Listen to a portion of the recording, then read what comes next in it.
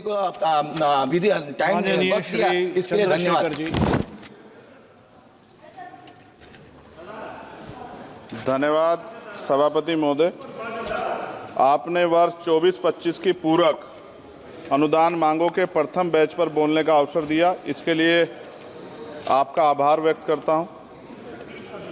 पूंजीवाद वह जो लगातार बढ़ रहा है, मुख्य रूप से ठेकों के माध्यम से निष्पादित किया जाता है और बड़े लाभ ठेकेदारों को जाते हैं, जबकि सामाजिक कल्याण योजना के लिए बजट जो प्रत्यक्ष लाभ हस्तांतरण के माध्यम से पारित किया जाता है घट रहा है। क्या सरकार पूंजीगत व्यय में वृद्धि के साथ अनुपातिक रूप से सामाजिक कल्याण योजनाओं के लिए बजट बढ़ाने की योजना बना रही है? अनुसूचित जाति के कल्याण के लिए आवंटन पर विवरण यह दर्शाता है कि बजट के अनुमान 23-24 को 158,161 करोड़ रुपए और संशोधित अनुमान 23-24 का 146861.08 करोड़ रुपए, जबकि बजट का अनुमान 24-25 का 165597.70 करोड़ रुपए है, जबकि बजट परिव्यय 4765,768 करोड़ रुपए है, जो कुल बजट परिव्यय का लगभग 3% है। यदि नहीं तो अद्यतन आंकड़े क्या हैं?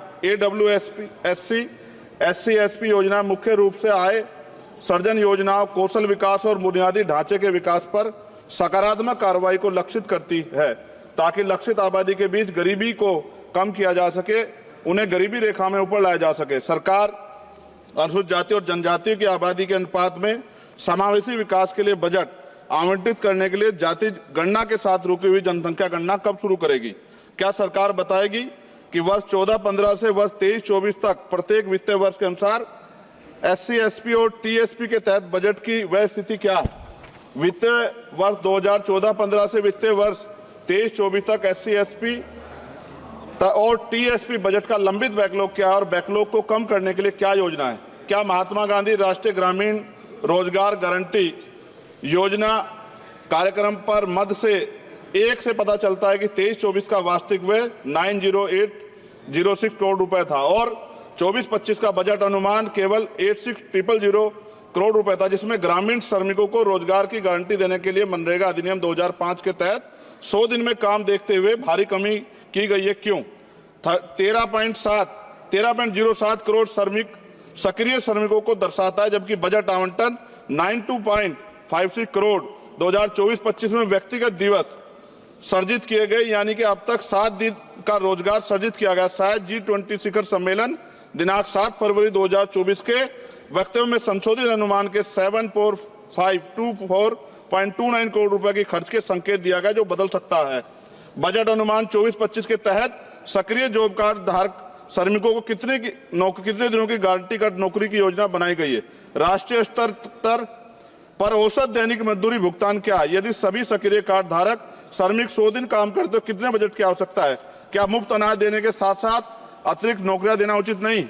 क्या यह वांछनीय है कि सक्रिय कार्ड धारक श्रमिकों को कम से कम 6 महीने में 180 दिन की आजीविका रोजगार सुनिश्चित करने के लिए मनरेगा निधि में वृद्धि की जाए, ताकि उनमें अपनी रोटी कमाने का गर्व की भावना पैदा और सम्मान के साथ जीने का अधिकार को बढ़ावा मिले। स्कूली शिक्षा और साक्षरता विभाग पर समग्र शिक्षा बजट अनुमान लगभग 10.5% कम दर्शाता है। समग्र शिक्षा बजट अनुसूचित जाति और जनजाति की संख्या के अनुरूप है क्या? सक्षम आंगनबाड़ी और पोषण आंगनबाड़ी सेवा पोषण अभियान किशोरियों के लिए योजनाओं के लिए प्रावधान पिछले वर्ष की तुलना में कम है, जबकि NP देखभाल और शिक्षा ECCI के पाठ्यक्रम की सिफारिश की, जिसके कारण अधिक आंगनबाड़ी कार्यकर्ताओं को उनके बजट की आवश्यकता है। क्या अधिकांश आंगनबाड़ी कार्यकर्ता SC और ST समुदाय से? कृपया सामान्य कर्मचारियों के साथ साथ राज्यभर तैनात अनुसूचित जाति और जनजाति कर्मचारियों का विवरण साझा करें। आंगनबाड़ी कार्यकर्ताओं में अनुसूचित जाति और जनजाति की राज्यभर प्रभावी उपस्थिति का प्रतिशत क्या है? क्या प्रधानमंत्री आयुष्मान भारत स्वास्थ्य अवसंरचना मिशन, जिसके लिए बजट में अनुमान के लगभग 50% की कमी दर्शाता है, जबकि जनसंख्या में वार्षिक वृद्धि और अवसंरचना के कारण पूंजीगत व्यय में वृद्धि के बावजूद बजट अनुमान 24-25 में भी कमी की गई है? आप स्वास्थ्य में व्यय को किस प्रकार बढ़ाएंगे तथा इसमें GDP के 6% के स्वीकार्य स्तर पर लाने का प्रस्ताव रखते हैं? अनुसूचित जातियों की लगभग 80% आबादी सीमांत किसानों और दिहाड़ी मजदूर से बनी जो गांव में रहते हैं, जबकि शेष आबादी शहरी क्षेत्रों में रहती है। इसलिए क्या बड़े पैमाने पर कृषि भूमि पर काम करने वाले दिहाड़ी प्रवासी मजदूरों के लिए किसान सम्मान निधि स्वीकार्य है? यदि हाँ, तो अनुसूचित जाति और जनजातियों के अनुसूचित जाति मजदूर और सीमांत किसानों के राज्यभर कितनी किसान सम्मान निधि दी गई, क्योंकि योजना का नाम किसान सम्मान निधि है। प्रस्तावित यूरिया सब्सिडी अनुसूचित जाति जनजाति किसानों की प्रतिशत जनसंख्या के अनुरूप तथा आप अनुसूचित जाति जनजाति किसानों के राज्यभर लाभार्थी जनसंख्या के बारे में जानकारी देंगे। क्या किसानों को लीगल एमएसपी की गारंटी का लाभ मिलेगा, देने को योजना है? प्रधान वित्त मंत्री बताने कृपा करें, प्रधानमंत्री फसल बीमा योजना अनुसूचित जाति और जनजाति किसानों के पास कितनी भूमि है? माननीय कृषि मंत्री से अनुरोध है कि वो सामान्य समुदाय की भूमि के सापेक्ष अनुसूचित जाति और जनजाति की भूमि का राज्यवार विवरण दे। क्या प्रधानमंत्री उच्चतर शिक्षा प्रोत्साहन पीएम यूपीएससी खत्म कर रहा हूं सर, लगभग 23% की कमी दर्शाता है। क्या प्रधानमंत्री उच्चतर शिक्षा प्रोत्साहन पीएम यूएसपी योजना के तहत प्रावधान एससी और एसटी की आबादी को ड्रॉप आउट के अनुरूप है? यदि हाँ तो pre matric, post matric, graduation और पोस्ट ग्रेजुएशन के प्रत्येक स्तर पर एससी एसटी छात्रों, ओबीसी छात्रों के ड्रॉप आउट दर क्या है? इसे कैसे कम किया जाएगा? उच्चतर शिक्षा प्रोत्साहन से राज्यभर अनुसूचित जाति और जनजाति लाभार्थियों का प्रतिशत कितना है? प्रधानमंत्री आवास योजना ग्रामीण बजट में कटौती के बावजूद उच्च आवंटन के कारण एससी और एसटी के अधिक घर बनाए गए हैं क्या? संशोधित बजट 2023-2024 में कटौती का क्या प्रभाव पड़ा? वर्ष 23-24 और 2023-24 के राज्यभर 22-23 और 23-24 के राज्यभर एससी एसटी समुदाय के साथ सामान्य समुदाय कितने घर दिए गए? सरकार द्वारा एससी एसटी और सामान्य समुदाय के राज्यभर कितने घर आवंटित हैं? क्या सरकार एससी और एसटी उम्मीदवारों की आवंटित घर की सूची पते के साथ राज्यभर दे सकती है? और अंत में महोदय, सबसे ज्यादा जरूरी है एससी एसटी वर्गों, ओबीसी वर्गों की जान की सुरक्षा। एनसीआरबी का डाटा कहता है कि इतनी महिलाओं पे रेप एससी एसटी की और हत्याएं होती हैं, आज भी जुल्म होता है और कहीं कोई सुनवाई नहीं है, ना राज्य सुनता है। और केंद्र को, क्योंकि हम केंद्र से जुड़े हुए हैं, हम लोग केंद्र में कहते हैं तो वो राज्य के ऊपर छोड़ देते हैं। क्या दलित, आदिवासी, पिछड़ों को मरने के लिए छोड़ दिया जाए? क्या उनके जीवन का कोई मोल नहीं है? क्या उनकी बेटियों का सम्मान नहीं है? क्या उनकी बेटियां देश की बेटियां नहीं है? क्या उनकी माओ को अपने बच्चों की सुरक्षा की गारंटी मिलनी चाहिए, नहीं मिलनी चाहिए? जब बजट का तो सर तब कुछ करेंगे जब वो जिंदा रहेंगे। मैं लगातार इस पे आवाज उठा रहा हूं और मुझे नहीं लगता कि इस पे कोई उम्मीद हमें ज्यादा बची है। मैं आपके माध्यम से प्रधानमंत्री से मांग करता हूं कि इन वर्गों की सुरक्षा की व्यवस्था सुनिश्चित किया जाए। जब जिएंगे तभी तो कुछ आगे बढ़ेंगे, और अभी तो 75 साल बाद कहां खड़े हैं, ये किससे छिपा नहीं। बहुत बहुत धन्यवाद श्री दर्शन, आपने मुझे मेरी बात रखने का मौका दिया। श्री दर्शन बोलने को विधि टाइम दिया, इसके लिए धन्यवाद जी। धन्यवाद सभापति महोदय। आपने वर्ष 24-25 की पूरक अनुदान मांगों के प्रथम बैच पर बोलने का अवसर दिया, इसके लिए आपका आभार व्यक्त करता हूं। पूंजीवाद वह जो लगातार बढ़ रहा है, मुख्य रूप से ठेकों के माध्यम से निष्पादित किया जाता है और बड़े लाभ ठेकेदारों को जाते हैं, जबकि सामाजिक कल्याण योजना के लिए बजट जो प्रत्यक्ष लाभ हस्तांतरण के माध्यम से पारित किया जाता है घट रहा है। क्या सरकार पूंजीगत व्यय में वृद्धि के साथ अनुपातिक रूप से सामाजिक कल्याण योजनाओं के लिए बजट बढ़ाने की योजना बना रही है?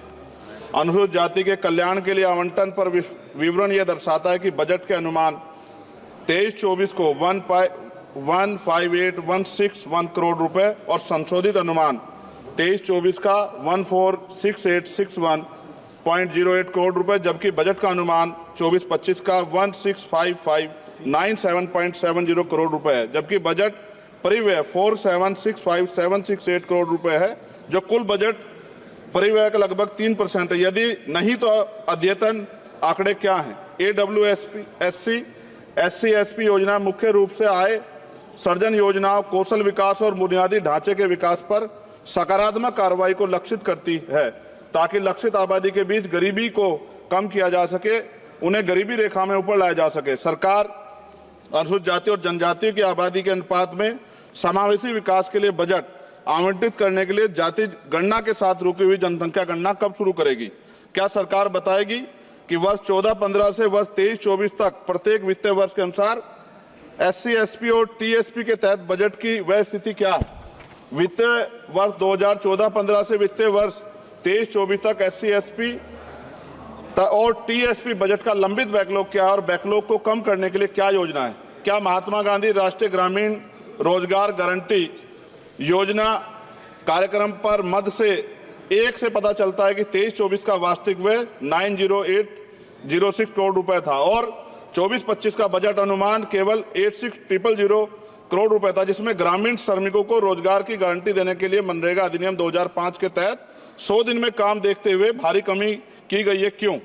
13.07 करोड़ सक्रिय श्रमिकों को दर्शाता है, जबकि बजट आवंटन 92.56 करोड़ 2024-25 में व्यक्तिगत दिवस सर्जित किए गए, यानी कि अब तक 7 दिन का रोजगार सर्जित किया गया। शायद G20 शिखर सम्मेलन दिनांक 7 फरवरी 2024 के वक्तव्य में संशोधित अनुमान के 74524.29 करोड़ रुपए के खर्च के संकेत दिया गया, जो बदल सकता है। बजट अनुमान 24-25 के तहत श्रमिकों को कितने दिनों की गारंटी कार्ड नौकरी की योजना बनाई गई है। राष्ट्रीय स्तर पर औसत दैनिक मजदूरी भुगतान क्या है? यदि सभी सक्रिय कार्ड धारक श्रमिक 100 दिन काम करते तो कितने बजट की आवश्यकता है? क्या मुफ्त अनाज देने के साथ साथ अतिरिक्त नौकरियां देना उचित नहीं?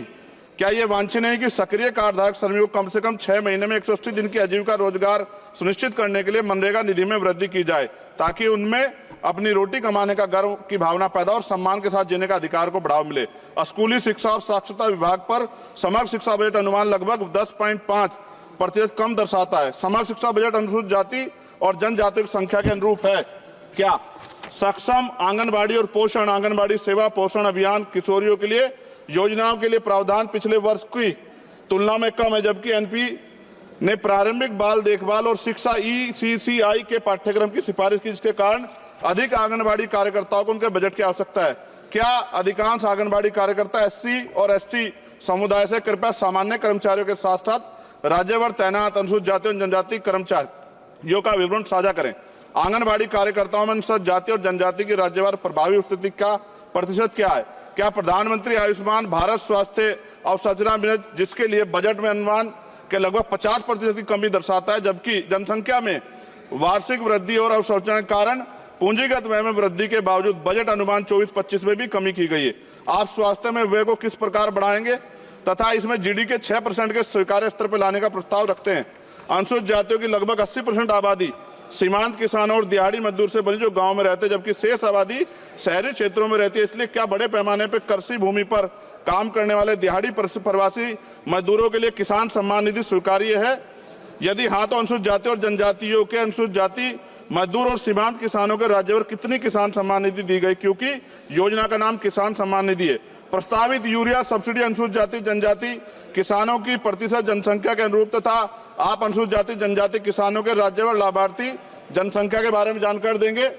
क्या किसानों को लीगल MSP की गारंटी का लाभ मिलेगा, देने को योजना है?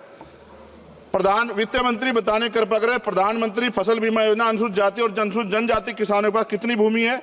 माननीय कृषि मंत्री से अनुरोध है कि वो सामान्य समुदाय की भूमि के सापेक्ष अनुसूचित जाति और जनजाति की भूमि का राज्यवार विवरण दे। क्या प्रधानमंत्री उच्च शिक्षा से खत्म कर रहा हूं सर, लगभग 23% की कमी दर्शाता है? क्या प्रधानमंत्री उच्च शिक्षा प्रोत्साहन PM USP योजना के तहत प्रावधान SC और ST की आबादी को ड्रॉप आउट के अनुरूप है? यदि हाँ, तो pre matric, post matric, graduation और पोस्ट ग्रेजुएशन के प्रत्येक स्तर पर SC ST छात्रों OBC छात्रों के ड्रॉप आउट दर क्या है? इसे कैसे कम किया जाएगा? उच्चतर शिक्षा प्रोत्साहन से राज्यभर अनुसूचित जाति और जनजाति लाभार्थियों का प्रतिशत कितना है? प्रधानमंत्री आवास योजना ग्रामीण बजट में कटौती के बावजूद उच्च आवंटन के कारण SC और ST के अधिक घर बनाए गए हैं क्या? संशोधित बजट 2023-2024 में कटौती का क्या प्रभाव पड़ा?